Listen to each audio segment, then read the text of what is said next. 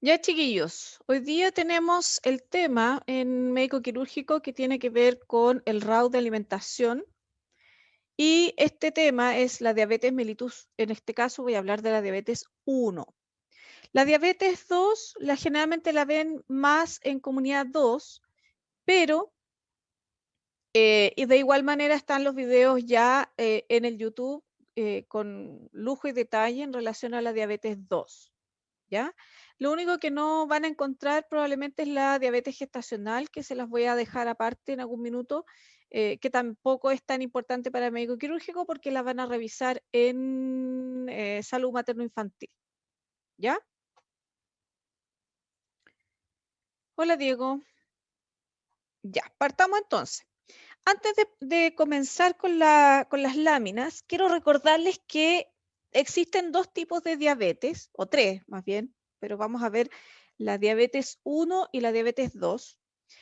Y la diabetes, las más habituales en los adultos, ¿ya? Corresponde a la diabetes tipo 2, ¿ya? Pero puede ocurrir que tengamos un paciente que sea adulto y que haya sufrido diabetes mellitus tipo 1 desde la infancia y ese paciente tenemos que manejarlo tal como debiéramos manejar cualquier paciente diabético tipo 1. Por lo tanto, no se extrañen que esta presentación está orientada más hacia lo pediátrico, más que hacia lo del adulto. Y lo que sí me interesa que veamos es la generalidad en relación a a la diabetes, el diagnóstico, el tratamiento con las insulinas. Y si es que nos alcanza el tiempo, vamos a revisar algo en relación a la cetoacidosis diabética y el coma hiperosmolar, ¿ya? Con otras láminas que esas sí no son mías.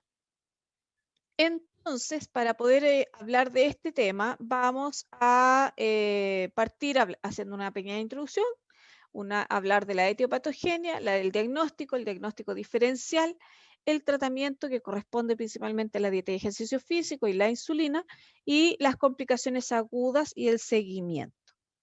¿Por qué es importante la diabetes 1 para nosotros los enfermeros?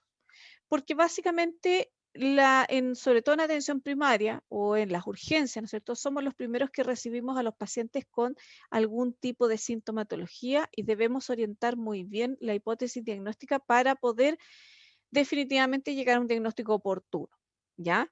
Recuerden que mientras más tiempo el paciente tenga diabetes, aunque se haya cuidado de alguna manera bien, las complicaciones van a llegar tarde o temprano. Lo único que ocurre cuando uno se cuida y cuando uno hace caso y se toma los medicamentos y todo lo demás, es que las complicaciones lleguen más tarde, ¿ya? Pero siempre este tipo de enfermedades, a menos que sobre todo la diabetes 1, que no hay cómo resolverla, digamos, no se puede hacer un trasplante de páncreas, ¿no es cierto? O sea, se podría hacer un trasplante de células beta, pero al final la diabetes en general va a estar igual. Entonces, vamos a tener dentro de las diabetes tipo 1, dos tipos, la 1A, que es el déficit total en la secreción de insulina debido a un mecanismo autoinmune contra las células beta del páncreas, ¿ya? Y la diabetes tipo 1B, que no es el déficit total, pero sí hay un déficit en la calidad de la insulina por, digamos, el mismo mecanismo, ¿ya? Básicamente la diabetes 1 tiene dos caminos fisiopatológicos. El primero es una reacción autoinmune contra las células beta del páncreas, que son las que producen la insulina, y la otra vía es una pancreatitis tan importante que haya un daño masivo de células beta, ¿no es cierto? Y que a la larga haga que esas células beta no sean capaces de secretar insulina, ¿ya? En general se habla que el 5 al 10% de los casos de diabetes están insertos en la población general de este tipo de diabetes. El tipo más frecuente en niños y adolescentes, ¿no es cierto?, es la diabetes tipo 1, con el 95% de los casos corresponden a pacientes infantos juveniles. La incidencia es de 15 a 18 por 100.000 habitantes menores de 15 años, ¿ya?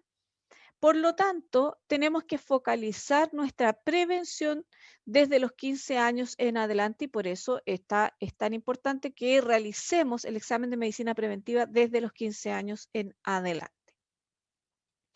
Dentro de la etiopatogenia tenemos que es una enfermedad que es multifactorial y donde vamos a tener factores ambientales, ¿no es cierto?, que desencadenan en individuos que están genéticamente predispuestos una respuesta autoinmune contra las células beta pancreáticas que al final acaban destruidas. ¿Ya? En el fondo, no solamente tiene que haber una predisposición genética, sino que generalmente también hay un desencadenante que puede ser gatillar una respuesta autoinmune exagerada o definitivamente, como yo les explicaba, una pancreatitis importante. Vamos a tener 4 etapas de la evolución de la diabetes. Vamos a tener la primera fase, que es la diabetes preclínica, que habitualmente la diabetes 1 es más corta que la diabetes 2. La segunda, que es la presentación clínica. La tercera fase, que es la de luna de miel o remisión parcial. Y la que es 4, cuando ya la diabetes está instalada y se cronifica. Vamos entonces a hablar de la diabetes preclínica. Y la diabetes preclínica principalmente tiene que ver con todo ese tiempo desde que ocurre esta destrucción de las células beta en el páncreas hasta que ocurren los primeros síntomas, ¿ya? Cuando la diabetes es preclínica pueden pasar 1 año, 2 años, 3 años. Es más fácil detectar la diabetes 1 que la diabetes 2, pero básicamente ocurre un fenómeno donde no hay signos aparentes de diabetes, ¿ya? Y por eso el daño que se produce en los pacientes diabéticos es tan importante, porque la detección se hace cuando generalmente el paciente debuta con alguno de los signos de descompensación de diabetes. Ya no se hace, digamos, porque, uy, me sentí mal y vine al médico, uy, me detectaron diabetes. Generalmente no es así. Lo mismo que la hipertensión. La hipertensión no debuta de a poquito, sino que generalmente debuta con una crisis hipertensiva. La presentación clínica, vamos a tener las 3 P, que son, digamos, ¿cómo se llama esto? La tríada que generalmente se presenta habitualmente en los pacientes diabéticos, y tenemos la polifagia, la polidipsia, la poliuria, ¿ya? Pero acompañado de eso vamos a tener periodos de astenia o de falta de ganas, pérdida de peso importante, visión borrosa, irritabilidad. Vamos a tener también náuseas y vómitos, que son ya signos más de descompensación de la glicemia. Pero si usted está en alguna de las 3 P, si está con polifagia, polidipsia o poliuria, ya sin una razón aparente, hágase un chequeo, estúdiese, porque probablemente está debutando con alguna diabetes. Hay presentaciones clínicas ya de formas típicas o atípicas. Y dentro de las formas atípicas, la presentación clínica generalmente parte con irritabilidad, astenia, empeoramiento del rendimiento escolar o el rendimiento al trabajar, cambios de humor que son muy bruscos y que no tienen sentido, dolor abdominal, náuseas y vómitos, polimnea, fallo de la masa magra en el fondo o pérdida de peso, la enuresis en el niño con control previo de esfínter, esto es cuando son niños muy pequeñitos, candidiasis vaginal porque cambian los pH de la piel y de las mucosas, infecciones cutáneas recurrentes. ¿Ya? Son todos fenómenos que se van a ir dando porque ustedes saben que la glucosa en altas concentraciones cambia los pHs y hace que hayan muchos, ¿cómo se llama esto? Muchos procesos propios del cuerpo que no se lleven a cabo y uno de ellos es la inmunidad, ¿ya? A nivel de la piel, a nivel de las mucosas.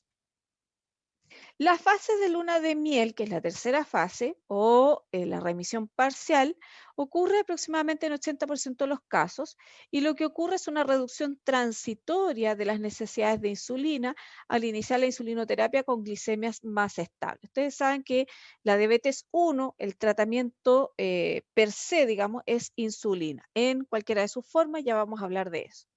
Pero básicamente los pacientes parten con inyecciones altas, inyecciones de insulina, pero aproximadamente después de un tiempo de empezar a usar insulina, empiezan a requerir bajas dosis porque el cuerpo empieza a reaccionar de alguna manera a esa insulina exógena que se está administrando.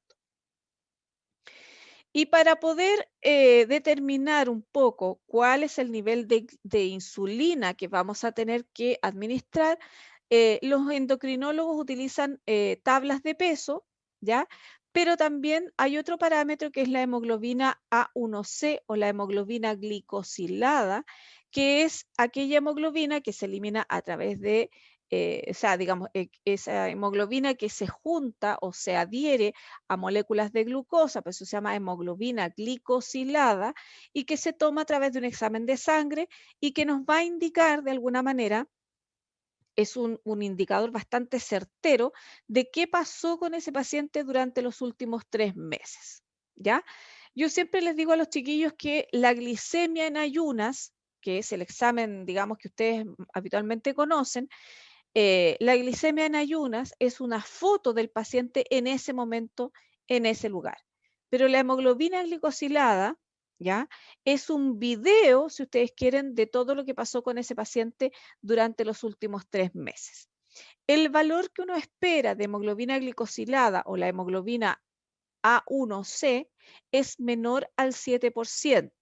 Por lo tanto, si el paciente tiene una hemoglobina sobre el 7%, lo más probable es que nos indique, o sea, nos está indicando, digamos, que el paciente tuvo una descompensación o, digamos, tuvo unos niveles de glicemia elevados en algún minuto durante los últimos 3 meses, ¿ya? Antiguamente, cuando los pacientes se controlaban, el día anterior se cuidaban y por supuesto que la glicemia en ayunas les salía perfecta. Pero resulta que eso no nos sirve porque lo que queremos saber es qué pasó con ese paciente en esos 3 meses y para eso nos sirve la hemoglobina glicosilada. Y con la hemoglobina glicosilada los vamos a pillar al tiro si es que la semana anterior se comieron una torta completa, ¿ya? Aunque se hayan cuidado después todos los días, el daño se produce, el daño en los tejidos se produce principalmente por las alzas y las bajas repetidas de glicemia. ¿Ya? Por las variaciones de glicemia en el cuerpo más que el mantener una glicemia elevada, digamos, en forma persistente, ¿ya? Entonces, cuando las necesidades de insulina son menores a 0,5 unidades internacionales por kilogramo de peso al día y la hemoglobina glicosilada es menor a 7%, se habla de que estos pacientes están en esta fase de luna de miel o de remisión parcial, ¿ya? Por lo tanto, quiere decir que las necesidades de insulina son muy bajas y su hemoglobina glicosilada ha sido bastante buena. Se presenta a los días o semanas del inicio de la insulinoterapia y puede durar semanas o meses, ¿ya? Lo peligroso un poco de esto, de la luna de miel, es que esa luna de miel tiene un final, se acaba, como todas las lunas de miel.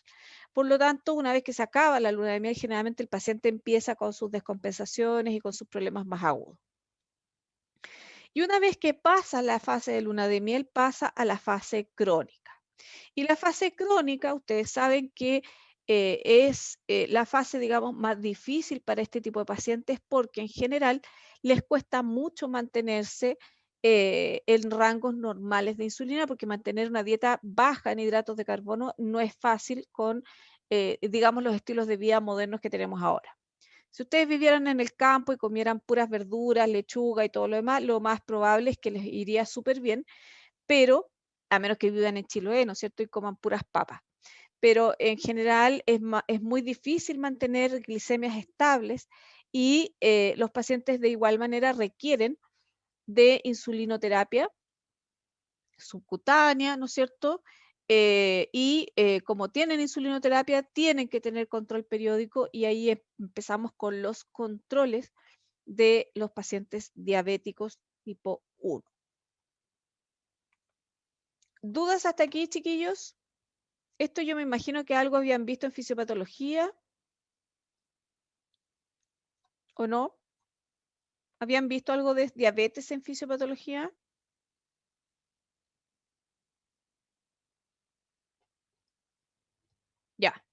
Parece que no están muy presentes. ¿Cómo se hace el diagnóstico? ¿Cuáles son los criterios diagnósticos? Una revisión bibliográfica, ya. Dentro de los criterios diagnósticos que vamos a utilizar, vamos a tener en primer lugar la hemoglobina glicosilada mayor o igual a 6,5%, ¿no es cierto? Y el hecho de que esté determinado por un método estandarizado frente a un ensayo, bla, bla, bla, da lo mismo. Si lo importante es que el laboratorio que haga la hemoglobina glicosilada esté certificado para hacer esa hemoglobina glicosilada. O una glicemia en ayunas mayor o igual a 126 al menos 8 horas desde la última ingesta calórica. Y eso significa que el paciente que se va a tomar una glicemia en ayunas para justamente determinar diabetes tiene que cumplir un ayuno estricto de las 8 horas. También existe el método a través de la glicemia postprandial o a la glicemia, lo que se llama la glicemia a las 2 horas, mediante una sobrecarga de glicemia oral o un test de tolerancia a la glucosa oral. Se los voy a poner acá. Esto está más claro en la clase de diabetes que está en YouTube. ¿Ya? El test de tolerancia a la glucosa oral o el PTGO son los dos más o menos similares, pero básicamente lo que uno hace es darle una sobrecarga de glucosa al paciente para ver cómo reacciona el cuerpo, ¿no es cierto?, frente a esta sobrecarga de glucosa que se le está administrando. Por lo tanto, si la sobrecarga de glucosa oral da mayor o igual a 200 miligramos por decilitros a las 2 primeras horas, ¿ya? Lo más probable es que estemos frente a un paciente que es diabético. O sea, tiene además una intolerancia a una sobrecarga de glucosa oral. Y lo que se hace en estos test, los que han estado, las mamás, las que han sido mamás y han estado embarazadas, les tienen que haber hecho este test de tolerancia, se les da a tomar un preparado de 75 gramos de glucosa anhidra disuelta en agua, que puede ser la misma glucosa que trae del laboratorio en papelillos, se disuelve en agua, o en los lugares ya con más tecnología y con más medios, hay unas bebidas especiales que son como unas Fanta, no sé si les ha tocado, a mí me tocó cuando yo me lo hice, y esas bebidas que son altamente dulces son las que ustedes se tienen que tomar para hacer el test de tolerancia a la glucosa oral. Para hacerlo se toma una glicemia basal, ya en ayunas, se le da la sobrecarga de glucosa de 200 o sea, se da la sobrecarga de glucosa de 75 gramos y después de eso el paciente tiene que estar quietecito, sin fumar, sin caminar, esperando, ¿no es cierto?, las 2 horas para poder tomarse la glicemia post sobrecarga oral, que son 2 horas, ¿ya? También tenemos, también tenemos la posibilidad de una glicemia mayor o igual a 200 miligramos por decilitro en cualquier momento del día, ¿ya? Sobre todo cuando está acompañado de los síntomas clásicos, ¿ya? Como las 3P o alguna complicación aguda, ¿ya? Pero estos criterios que están aquí, ustedes tienen que conocerlos y les vuelvo a insistir, están mucho más claros. Acá yo se los traje solamente para que los vieran, pero están mucho más claros en la clase de, ¿cómo se llama esto? De diabetes mellitus 2, que está ya en el YouTube, para que la busquen. Hablamos también de un concepto que se llama la prediabetes. Y la prediabetes, ustedes me dirán, pero profe, eso no existe, eso es muy antiguo, no sé qué, no sé cuánto. La verdad es que la prediabetes es un concepto que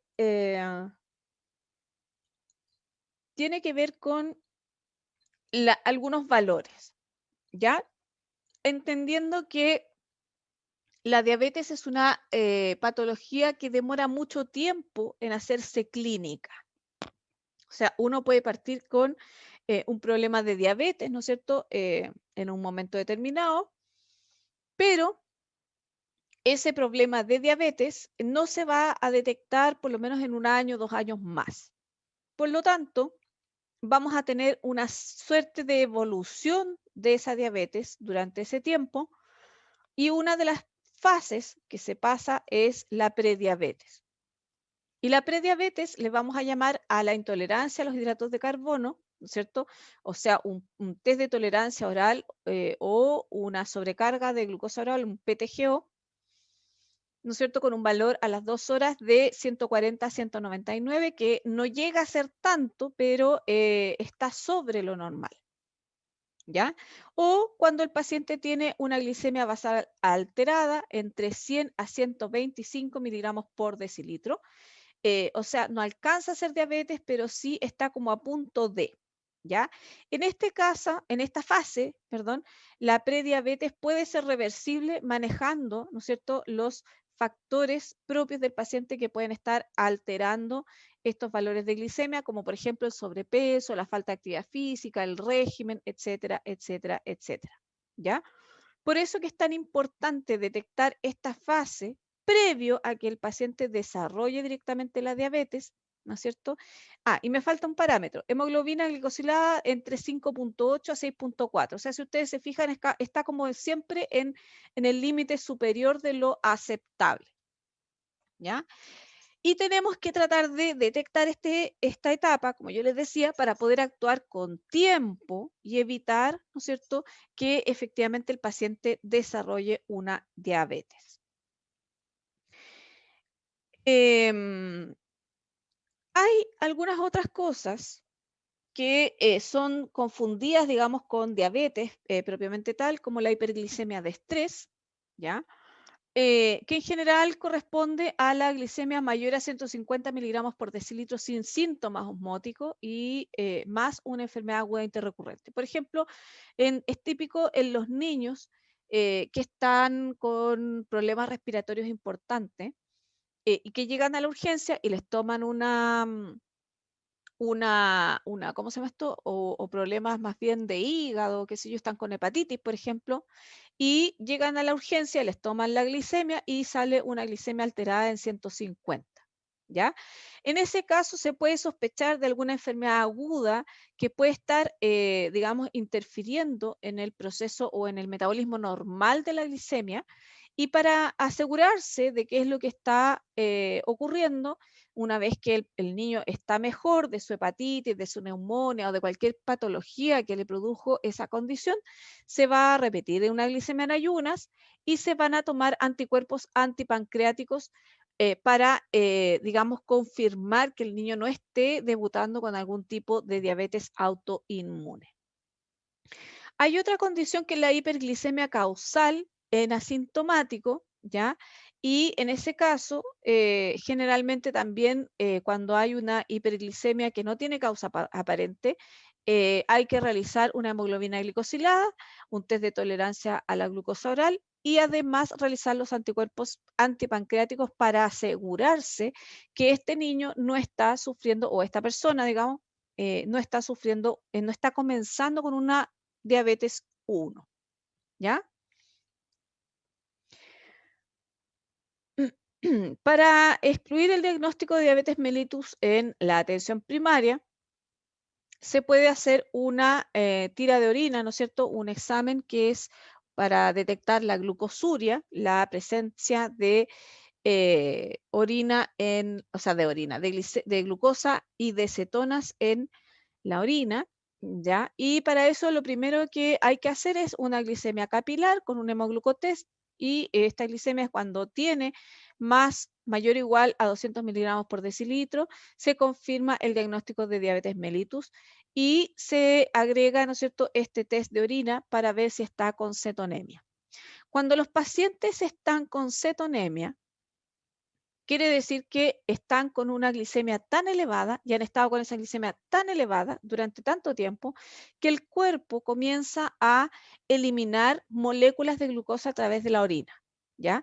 En condiciones normales, el riñón no elimina moléculas de glucosa a través de la orina porque son moléculas un poco más grandes que las de sodio, las de potasio, ¿no es cierto?, que es el intercambio habitual que se hace, y cuando hay cetonemia, se están eliminando cuerpos cetónicos, ¿no es cierto?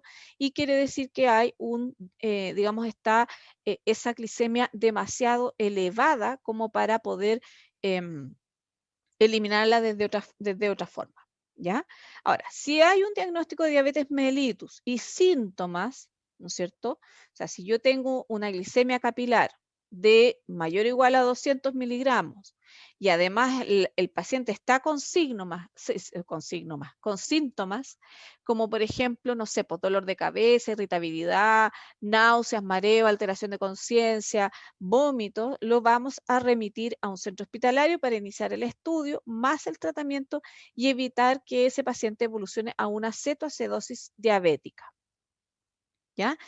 Y la mayoría de los casos nuevos de diabetes mellitus en la infancia y en la adolescencia corresponden a diabetes 1. Y esto tienen que tenerlo presente, que en general la diabetes 1 no es tan frecuente en el adulto, pero puede ser que les toque un caso, ¿ya? Ahora, hay algunas pruebas complementarias que se hacen para poder determinar un poco la condición real de ese niño o de ese paciente, como por ejemplo los anticuerpos pancreáticos, ¿no es cierto?, que se les hace al 90-95% de los pacientes en el momento del diagnóstico y que son positivos para poder decir que el paciente es diabético 1.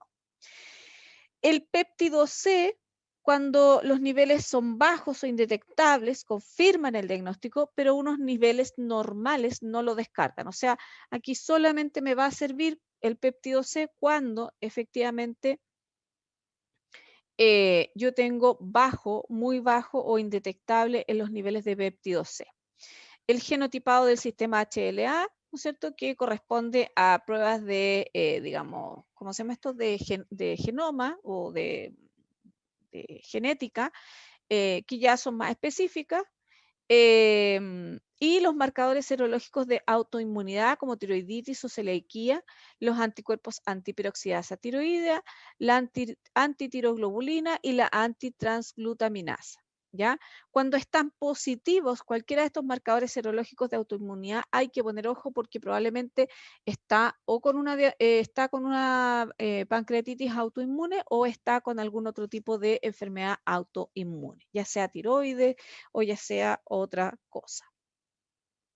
El diagnóstico diferencial, ¿no es cierto?, se tiene que hacer pensando en que hay niños que no siempre van a presentar, digamos, todos los signos clásicos de una diabetes 1, ¿ya? Y hay algunos datos atípicos que hay que tener presentes. Diagnóstico de diabetes antes de los 6 meses de edad, ¿ya? O sea, cuando el niño tiene menos de 6 meses, digamos, es muy difícil hacer un diagnóstico de diabetes, ¿ya? Y para eso hay que tener presente que haya ausencia de autoanticuerpos, especialmente si han sido determinados en el momento del diagnóstico, ausencia de HLA de alto riesgo, buen control metabólico con una hemoglobina glicosilada menor a 6,5, más de 3 a 5 años después del diagnóstico, con necesidades de insulina inferiores a 0,5 unidades internacionales por kilogramo por día, y el péptido C detectable a mayor a 0,5 nanogramos por ml. Y en presencia de hiperglicemia franca, tiene que ser mayor a 140 miligramos por decilitro. Ausencia de enfermedad de cetonuria durante las enfermedades interrecurrentes, ¿no es cierto?, una vez finalizado el periodo de remisión parcial. Numerosos antecedentes familiares de diabetes no autoinmune o historia familiar de diabetes de cualquier tipo en uno de los progenitores y presencia de las alteraciones auditivas, visuales o renales. ¿Por qué las auditivas, visuales o renales? Porque quiere decir que probablemente ese niño haya nacido ya con una diabetes y eso es habitualmente producto de una madre diabética o una madre que simplemente no se cuidó durante el embarazo y puede ocurrir. Y que el niño no salga diabético, pero sí ya salga con alguna alteración, ¿no es cierto?, de los órganos blancos. Aquí esto, la verdad es que no me voy a referir mucho a esto, pero básicamente hay que tener en claro algunas cosas. Hay ciertos signos que nosotros tenemos que tener presente y acá hay una tabla, ¿no es cierto?, que corresponde a las características clínicas de las formas más frecuentes de diabetes en niños y adolescentes. Y en general, la diabetes 1, la edad de presentación, se da a lo largo de la infancia, es muy rara en lactantes, ¿ya? El comienzo generalmente es agudo, ya debutan con una hiperglicemia muy importante. Hay una asociación a autoinmunidad importantísima. La cetosis es bastante frecuente. Hay una la obesidad, digamos, tiene la misma frecuencia que la población general. En general, los niños diabéticos tipo 1 no son tan gorditos, sino que la frecuencia de obesidad en estos niños es bastante normal. La acantosis nigricans, que es un signo de unas manchas negruzcas que se aparecen en los codos o en la parte de atrás de la nuca. No sé si alguno de ustedes lo ha visto alguna vez, pero la acantosis es un signo claro de hiperglicemia permanente. En el caso de la diabetes mellitus 1 no hay. La frecuencia, ¿no es cierto?, en la población generalmente es mayor al 95% y los antecedentes familiares de un progenitor directo o de algún progenitor que tenga diabetes de cualquier tipo es del 2 al 4%. ¿Ya? O sea, si ustedes se fijan, la diabetes 1 no necesariamente tiene un componente genético importante, sino que tiene más bien un componente autoinmune importante. En cambio, la diabetes 2 generalmente se presenta puberal o pospuberal, sobre todo los niños cuando son gorditos, ¿ya? No tiene autoinmunidad, la cetosis es muy rara, ¿ya? Porque generalmente la diabetes tipo 2 se mantiene bastante controlada, el comienzo es variable, desde insidioso hasta que puede ser que también debuten de manera muy aguda. Sí presentan acantosis nigricans porque la alteración metabólica es más compleja y los antecedentes familiares pesan un 80% más que en el caso de la diabetes 1. Dentro del tratamiento, a mí me gusta hablar de los 5 pilares del tratamiento. Y aquí, en general, en el caso de enfermería, ¿ya? Vamos a hablar de los 5 pilares del tratamiento. Dentro de ellos vamos a tener la dieta, que va a ser el primero, la dieta, el ejercicio físico, la administración de insulina o, en este caso, medicamentos, cualquiera de las dos que sea, insulina o medicamentos. El control sería el cuarto. La educación, perdón, educación sería el cuarto y el 5 tiene que ver con el control, que puede ser el autocontrol o el control médico, ¿ya? Ahí están los 5 pilares, control, que puede ser médico o autocontrol. Nosotros pensamos entonces en que tenemos 5 patitas para que este problema se mantenga bastante controlado, ¿ya? Tenemos que cumplir con las 5 patitas. No me sirve, y aquí esto va para la diabetes 1 y la diabetes 2, no me sirve solamente dedicarme a la dieta o al ejercicio físico o a la insulina o a los medicamentos en el caso de la 2, si no tengo una buena educación y un buen control médico o un autocontrol. ¿Ya? En el caso de la diabetes 1 es más habitual el autocontrol, donde cada uno de los chicos habitualmente o de los pacientes que son diabéticos 1 tienen su maquinita y se van controlando en forma permanente para, digamos, empezar o sea, digamos, acostumbrarse a usar estas maquinitas de hemoglucotest y también a usar las tablas de insulina y calcular sus dosis bastante bien. Pero si eso no se educa, ¿ya? Y aquí la educación es uno de los más importantes, si eso no lo educamos de manera correcta, ¿ya? Y no acompañamos al paciente y no le enseñamos a ponerse la insulina, los tipos de insulina, cómo se hace, y todo lo demás, lo más probable es que ese paciente no logre, digamos, llegar a un autocontrol adecuado. ¿Dudas hasta aquí, chiquillos? Antes de seguir avanzando.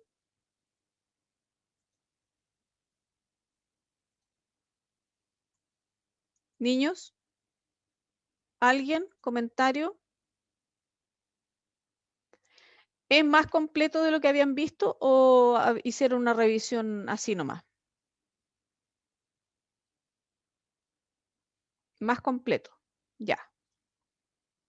Ojalá que lo entiendan bien porque la diabetes en general les cuesta bastante cuando llegan donde los pacientes. Entonces, dentro del tratamiento, la dieta, lo que uno pide o lo que uno le indica al paciente es que sea variada y equilibrada, que tenga hábitos regulares con 5 comidas al día, ¿no es cierto? Y que sea adaptada a la familia, ¿ya? Así como vimos en Comunidad 1, tenemos que pensar en esa familia que está detrás de ese paciente. Ahora, la cantidad de comidas al día va a depender un poco de qué tipo de insulina va a usar este paciente. Y eso lo vamos a ver en otra clase que no la tengo ahora. Las necesidades calóricas en general tienen que ir acorde a la edad y a los requerimientos calóricos del paciente de acuerdo a su actividad física. Y las necesidades nutricionales en términos de porcentajes, esto quedó todo como descuadrado, pero básicamente las necesidades nutricionales en porcentajes, que son las que están acá, hidrato, carbono, proteínas, grasa y fibra, y vitaminas y minerales son habitualmente las mismas, eso no cambia. Lo que sí tenemos que cambiar es el índice glicémico de las raciones. ¿A qué me refiero con esto? El índice glicémico es un valor que nos va a permitir identificar alimentos que mantienen los niveles de glucosa más estables en sangre. Por ejemplo, si yo les digo que una cucharada de azúcar, ¿ya? Supongamos que esta es la cucharada de azúcar, aporta esta cantidad de glucosa, no sé si me están mirando, pero se van a perder la explicación si no lo están mirando. La cucharada de azúcar entonces va a aportar este nivel de glucosa, que es lo que está en amarillo, ¿ya? Y en el fondo me va a aportar un alto nivel de glucosa, pero por escaso tiempo, ¿ya? O sea, una energía rápida consumible. En cambio, por ejemplo, un tazón de avena, que puede tener la misma cantidad de glicemia, va a elevar la glicemia en forma parcial y va a ser más, digamos, va a ser la glicemia más estable por más tiempo, se va a demorar en subir los niveles de glicemia, ¿ya? Pero la glicemia se va a mantener más estable. Por lo tanto, no existen esas variabilidades en los niveles de azúcar en la sangre de los pacientes con los alimentos que tengan bajo índice glicémico, ¿ya? Si yo les digo la harina refinada o el azúcar refinada son de un alto índice glicémico, lo más probable es que si usted se come una cucharada de azúcar, le va a subir la glucosa muy rápido, ¿ya? Pero también le va a bajar muy rápido. En cambio, si se come un platón de avena, que tiene un índice glicémico bajo, ¿ya? Lo más probable es que se coma el platón de avena, le suba la glicemia a un nivel aceptable, le suba gradualmente la glicemia, se mantenga la glicemia y baje de una manera más aceptable. ¿Ya? Por lo tanto, las necesidades, ¿no es cierto?, de alimentos ricos en azúcar va a disminuir porque su glicemia se mantiene estable. Y eso también ayuda a mantener bajos niveles de requerimientos de insulina. Y acá, por ejemplo, tenemos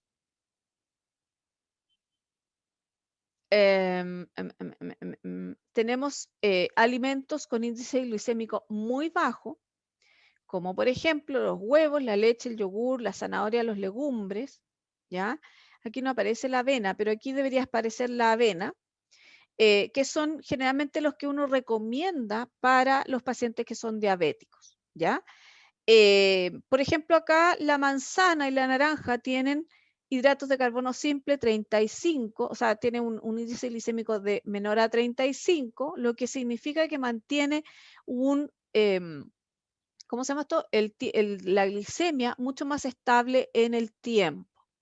En cambio, si yo me como un melón o me como un pedazo de sandía o me como un chocolate, ¿no es cierto? O un tazón de cornflakes, por ejemplo, lo más probable es que me suba el azúcar muy rápido y también me baje muy rápido, y eso es lo que nosotros no queremos, ¿ya? Que son cosas importantes a tener presente. En relación a la dieta, hay distintas alternativas, que esto generalmente es más de la nutricionista, pero nosotros tenemos que igualmente orientar a nuestro paciente. No le vamos a indicar la dieta, pero sí podemos explicarle algunas cosas básicas, ¿no es cierto?, en relación a cómo debe distribuir los hidratos de carbono durante el día, ¿ya? Y la comida más fuerte, generalmente uno dice que debiera ser el almuerzo. Puede ser que en otro paciente sea distinto, pero esto me lo voy a saltar porque no es materia de... Ya. Entonces aquí tenemos, por ejemplo, algunas equivalencias, ¿ya? De cosas que parece que no, son cosas que no necesariamente conocemos, pero por ejemplo, los bombones y los chocolates, 6 unidades me aportan 35 gramos de azúcar. Las uvas, 12 unidades de uvas, por eso que están tan restringidas para los pacientes diabéticos, me aportan 100 gramos de azúcar.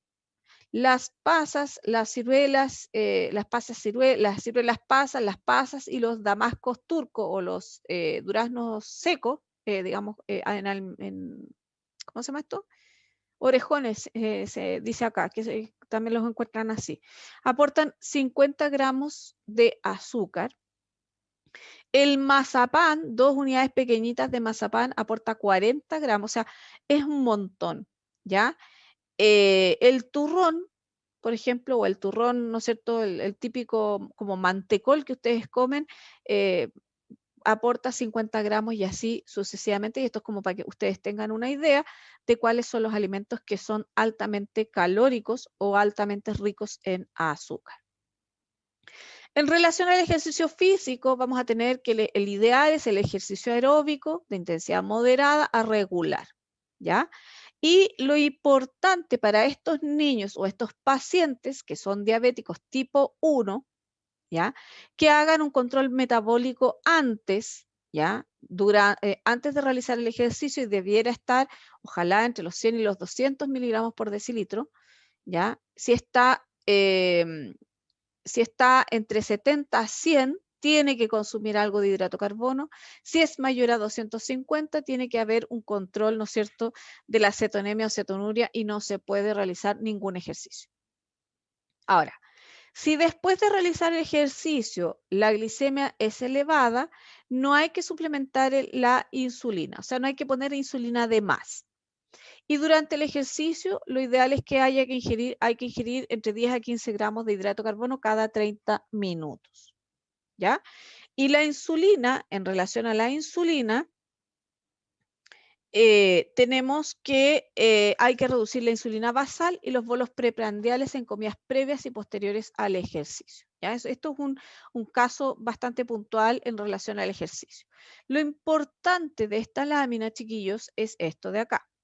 Si el niño o el paciente está entre los 100 y los 200 miligramos por decilitro, puede realizar el ejercicio sin mayor problema. Si está entre los 70 y los 100, tiene que comer algo antes de hacer cualquier ejercicio, ¿ya?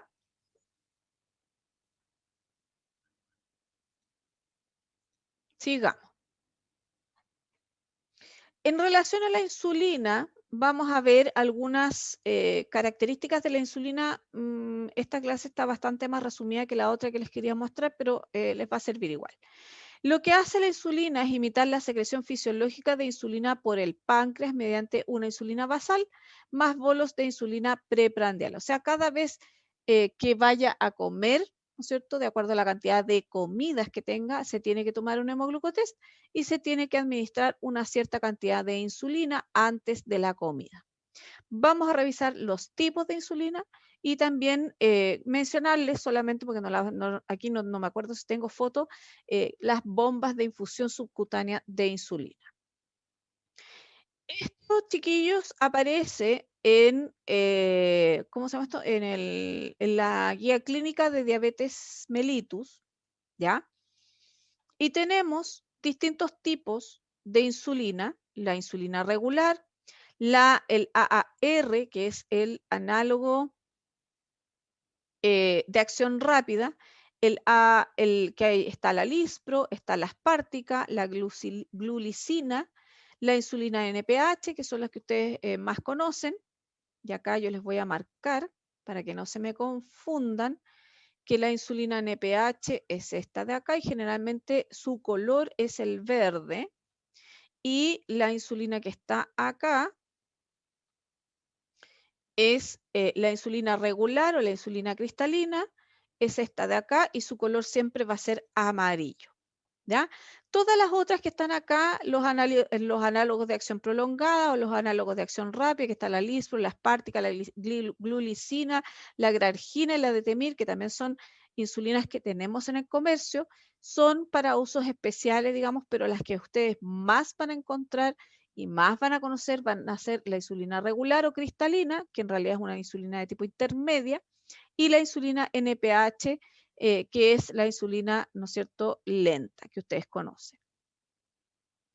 ¿Por qué les hago el hincapié en los colores? Porque las insulinas, todas las insulinas tienen un código de color que es internacional, ¿ya? Por lo tanto, cuando usted va al comercio en la China o va al comercio, ¿no es cierto?, en otro lado, en Estados Unidos, en Europa, en cualquier parte, y usted pide una insulina, lo más probable es que se va a encontrar con ciertos colores que son las habituales, ¿ya?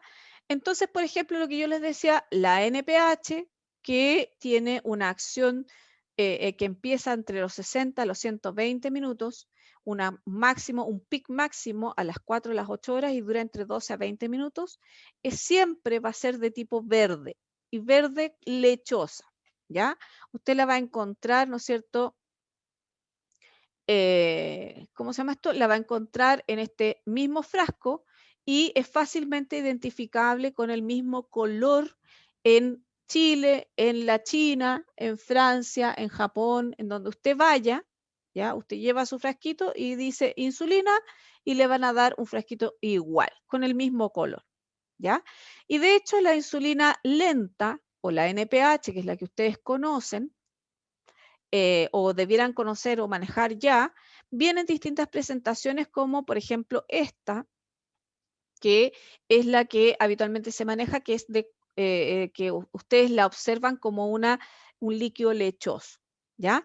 Esto que ustedes ven acá son los Filpen o los FlexPen o los lápices de inyección que se cargan con unos cartridges especiales de cada una de las insulinas que ustedes ven acá y se ajusta las dosis arriba a través de una ruedita, ¿no es cierto? Usted va ajustando la dosis, la profundidad de la aguja y una serie de cosas, ¿ya?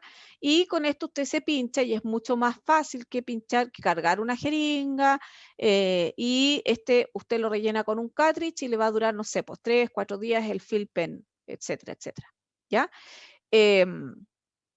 Y acá ustedes pueden ver, esto lo podemos ver más adelante en la otra clase, que yo creo que está más claro, esto está medio enredado, pero los nombres comerciales que ustedes van a encontrar son los mismos que están acá, ¿ya?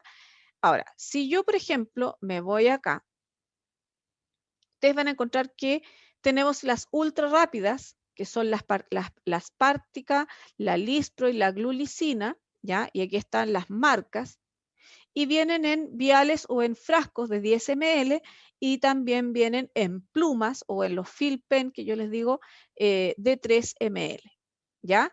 La rápida, que es la insulina humana rápida, que es la Actrapid Humulin o la Actrapid Inolen o la que es la cristalina, que ustedes conocen, siempre va a tener ese color amarillo, ¿ya? Y su apariencia es amarilla, o sea, amarilla, es totalmente cristalina, ¿ya? Por lo tanto, este tipo de insulina también ustedes la van a utilizar tanto por vía endovenosa, la rápida, como por vía subcutánea.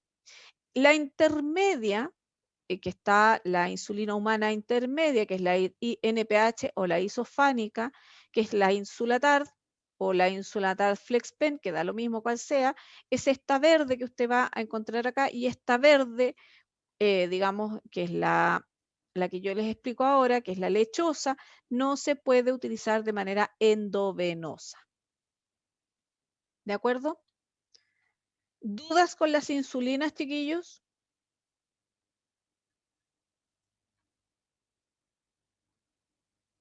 Si no hay dudas, sigo adelante.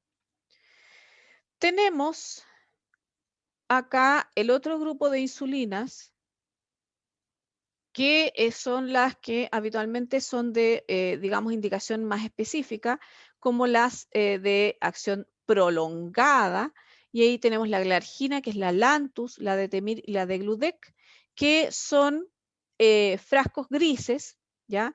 Y que estas tienen una tendencia a trabajar más de 24 horas, hasta 40 horas incluso, o hasta 24 horas. ¿Ya? Y se demoran mucho más en comenzar su acción. Y también tenemos las mismas presentaciones en frasco o en fill pen. Tenemos también las de bifásicas, que son mezclas de insulina, donde vamos a tener 30-60, 30-70, 30-50, etcétera, etcétera, que son mezclas con insulina humana rápida de generalmente la regular NPH, ¿ya? Con la otra que tiene una acción más intermedia y que lo que hacen es lograr, digamos, que los efectos sean más estables y la presentación nuevamente tiene un colorcito como cafecito. Y las bifásicas que son de análogos de insulina rápida, que está la aspártica con protamina, lispro con protamina y la de glude con aspártica, donde vamos a tener distintas mezclas también, 70-30, 25, 50, 30, 50, etcétera, etcétera, que te lo pueden revisar más con más calma y nuevamente los efectos son más estables. Les voy a dejar de tarea una cosa que es muy importante, que busquen qué es la protamina y cuál es el rol en la producción de la insulina. ¿Ya? ¿Por qué es importante la protamina en las insulinas? Quiero que lo busquen y lo veamos después en otro día o me lo dejan en alguna parte en un Padlet o alguna cosa así. Habiendo visto las insulinas y habiendo visto que vienen en frascos y que vienen en distintas presentaciones, ¿ya? Hay que entender también la educación que se le va a dar a este paciente diabético y aquí tenemos que, como yo les explicaba, dentro de los pilares del tratamiento está la dieta, el ejercicio, el autocontrol con los registros de glicemia, la determinación de cuerpo cetónico a través de las tiras de orina, cuáles son las zonas de punción y cuáles son las complicaciones agudas, ¿ya? Y ahí tenemos una imagen de los sitios de inyección de insulina, ¿ya? Y contarles que dentro de las inyecciones de insulina se están sacando distintos tipos de insulinas administradas, ¿ya? Hay una insulina que se está probando que es inhalada. Hay otro tipo de insulina que es, digamos, una inyección sin aguja, que es a una presión como cuando se administran las vacunas. Y otra que es, digamos, por parches de insulina también que se están utilizando bastante para aquellas personas que tienen dificultades con su piel. Dentro de lo que es el autocontrol, ya las glicemias recomendadas preprandiales, o sea, antes de comer, están entre las 80 y los 140 miligramos por decilitro. Y se espera que las glicemias postprandiales de 1 hora o 2 horas después de las comidas estén entre los 100 y los 180 miligramos por decilitro. ¿Ya? En la madrugada generalmente disminuye bajo los 80 miligramos por decilitro porque es parte del ciclo, digamos, diabético, digamos, de la producción de insulina y del metabolismo de la glucosa normal. La determinación de la cetonemia o la cetonuria hay que hacerla si es que hay una enfermedad interrecurrente con fiebre o vómitos, si la hiperglicemia es mayor a 250 miligramos por decilitro, mantenida a pesar de la insulinoterapia, y si hay síntomas de descompensación. Y dentro de las complicaciones agudas vamos a tener la hipoglicemia y la hiperglicemia con cetoacidosis diabética. Dentro de la hipoglicemia, vamos a tener que la glicemia normal parte entre los 70 miligramos por decilitro, ¿no es cierto? O es mayor a 70 miligramos por decilitro, ¿ya? Ahora, si es una hipoglicemia, vamos a hablar de valores bajo los 70 miligramos por decilitro. Generalmente en un paciente diabético, las glicemias no bajan de 80 a 100. Dentro de las causas puede haber un desbalance entre dosis de insulina, una ingesta de hidratos de carbono y ejercicios realizados. O sea, no hay un equilibrio entre lo que se administró de insulina, lo que se tomó de hidrato de carbono y el ejercicio que se realizó. O puede ser que también haya una enfermedad como alguna patología como vómitos, diarrea, insuficiencia renal, hepática o, digamos, alcohol. ¿Ya? Consumo de alcohol. En caso de los síntomas, vamos a tener algunos síntomas autonómicos del sistema nervioso autónomo, como palidez, sudor frío, temblor, palpitaciones, irritabilidad, nerviosismo, sensación de hambre, mareo y náuseas, que en el fondo es lo que el cuerpo me está diciendo que tengo que comer más hidrato de carbono. Tenemos síntomas que se llaman neuroglucopénicos, ya que son propios de la baja de glicemia, como la visión borrosa, la dificultad de concentración, la cefalea, la confusión, la somnolencia, la pérdida de conciencia y las convulsiones. En caso de cualquiera de estos signos o síntomas, usted tiene que tomar una glicemia capilar de manera inmediata. Y aquí vamos a tener dos escenarios. Uno, que el paciente está consciente, por lo tanto le vamos a dar 10 a 15 gramos de hidrato de carbono de absorción rápida, ¿no es cierto? Que puede ser 2 pastillas de Glucosport, un sobre de azúcar, 100 ml de jugo de frutas o una bebida que no sea light o 200 ml de leche desnatada. ¿Ya? A los 10 a 15 minutos vamos a repetir la glicemia. Y vamos a dar 10 gramos de hidrato de carbono de absorción lenta, como por ejemplo 20 gramos de pan, 3 galletas María, 200 ml de leche entera, 2 yogures naturales o una pieza de fruta. Cualquiera de esas, o sea, lo ideal es que se haga primero los de absorción rápida y después se administre hidratos de carbono de absorción lenta. En caso que el paciente esté inconsciente, aquí ustedes ven un estuchito que tiene glucagón, ¿ya? Siempre es importante tener glucagón en la casa y que ojalá no esté vencido, ¿cierto? Para estos casos, y se tiene que administrar de manera subcutánea o intramuscular. Y las dosis de glucagón van a ir dependiendo de acuerdo a la edad. En caso de los menores de 2 años, se administra un cuarto de ampolla, media ampolla entre los 2 y los 6, una ampolla en mayores de 6 años, ¿ya? Y en los adultos también es una ampolla. Y tras la recuperación de la conciencia, le vamos a administrar hidratos de carbono líquidos por boca. Puede ser agua con azúcar o un suero glucosado, si es que tienen en la casa, etcétera, etcétera, etcétera. Por eso que es importante la educación, porque hay que preparar a los niños y a los pacientes en general para todas estas situaciones frente a la diabetes 1. En el caso de la hiperglicemia con cetoacidosis diabética, las causas pueden haber sido una dosis de insulina insuficiente, una transgresión dietética, ¿no es cierto? Esa señora o el caballero que se comió la torta completa, la enfermedad interrecurrente, ¿no es cierto? Con procesos infecciosos agudos o algún traumatismo importante. Y en ese caso vamos a tener ciertos signos o síntomas de descompensación como la poliuria, la polidipsia, las náuseas, los vómitos, el dolor abdominal, el aliento afrutado, ¿no es cierto? Ese como olor como a almendras, ¿ya?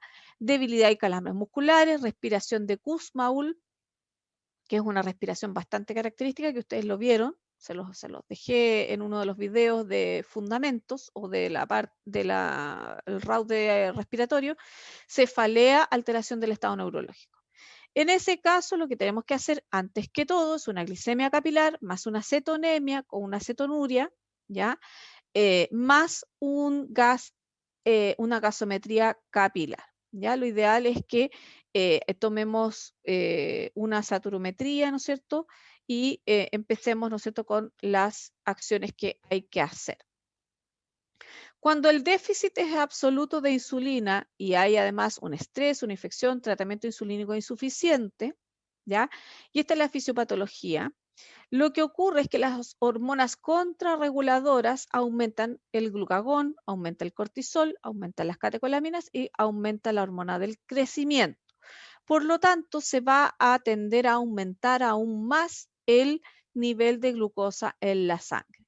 ¿Cómo se hace eso? A través de la lipólisis, ¿no es cierto? Se aumenta la lipólisis, o sea, la destrucción de digamos, los depósitos de grasa, se liberan ácidos grasos libres, se aumenta la cetogénesis porque hay rompimiento de digamos, de las grasas, y disminuye la reserva alcalina y se produce la cetoacidosis con una acidosis láctica que puede producir calambres y puede producir convulsiones.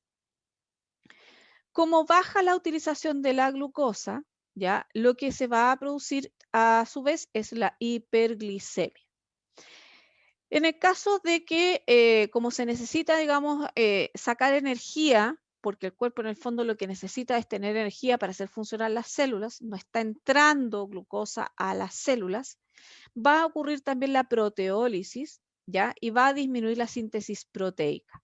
Y eso significa que van a aumentar los sustratos gluconeogénicos, aumenta la gluconeogénesis y se produce hiperglicemia nuevamente con la consecuente glucosuria, ¿no es cierto? Porque el cuerpo no necesita tanta glucosa, pero va a tratar de eliminarla a través de una diuresis osmótica. Por lo tanto, junto a la glucosa se van a perder agua y electrolitos, se va a deshidratar el paciente y finalmente se van a producir dos cosas, que es la hiperosmolaridad y la alteración de la función renal, que va a redundar directamente en una hiperglicemia. Cuando aumenta la glucogenólisis, o sea, estamos rompiendo las moléculas de glucagón para poder generar glicemia o energía, va a aumentar nuevamente la hiperglicemia. Ahora, si yo no manejo esta complicación rápidamente, ¿ya? O me doy cuenta que es una cetoacidosis diabética, lo más probable es que este paciente fallezca. Ahora, como dice acá, la cetoacidosis diabética es la causa principal de morbimortalidad en niños con diabetes 1 por un edema cerebral, ¿no es cierto? Y ocurre cuando hay un pH de menor a 7.3 y un bicarbonato menor a 15 miliosmoles por litro, una glicemia mayor a 250, una cetonemia mayor a 3 miliosmoles por litro y o una cetonuria y o una glucosuria. ¿Qué es lo que tenemos que hacer en el caso de hiperglicemia más cetosis o cetonuria? Lo primero es el aporte suplementario de insulina, ¿no es cierto? 1 a 2 unidades internacionales de insulina por cada 30 a 50 miligramos por decilitro que se exceda de la glicemia deseada. O sea, si yo tengo un paciente que tiene 250 miligramos por decilitro, ¿ya? Tengo que calcular que mi glicemia deseada debieran ser 140 o 130. Por lo tanto, si me dice que es 1 o 2 unidades internacionales por cada 30 a 50 miligramos que se exceda, ¿ya? Lo más probable es que voy a usar una unidad de insulina por sobre lo que yo quiero de lo normal, de lo que dice su esquema. Lo vamos a hidratar, le vamos a administrar fluidoterapia, le vamos a dar reposo y le vamos a hacer controles de glicemia y cetonemia o cetonuria cada cierto rato y generalmente lo que se hace es aportar con una bomba de insulina. ¿Qué se hace una vez que ya se ha superado, ¿no es cierto? Estamos con este paciente que ya es diabético crónico y le tenemos que hacer el seguimiento. vamos a tener que cada 3 meses tomar una hemoglobina glicosilada capilar y que me va a poder ayudar a determinar el control metabólico de los últimos 2 a 3 meses, ¿no es cierto? Y una diabetes mellitus bien controlada tiene una hemoglobina glicosilada menor a 7,5%. En el caso del control anual, lo que se tiene que hacer es hacer exámenes de sangre. Hay una batería que es la habitual, ¿ya? Dentro de lo cual está el hemograma, los electrolitos plasmáticos, el perfil lipídico, la hemoglobina glicosilada, la función tiroidea y orina completa, también se les pide, los anticuerpos antitiroideos, antitiroglobulina, antiperoxidasa y antitransglutaminasas IgA. Una radiografía de muñeca, ¿no es cierto? En el caso de los niños, para ver si es que hay alteraciones de crecimiento y o desarrollo puberal, la microalbuminuria en orina de 8 horas, sobre todo en los niños a partir de 3 años, pero en los adultos también se solicita microalbuminuria. Y la microalbuminuria lo que me va a permitir es detectar nefropatía incipiente o nefropatía diabética clínica cuando es mayor a 200. Y el fondo de ojo que se tiene que hacer de manera anual para todos los pacientes diabéticos, sean 1 o 2, y ir detectando todas las consecuencias de la diabetes en estos tipos de pacientes.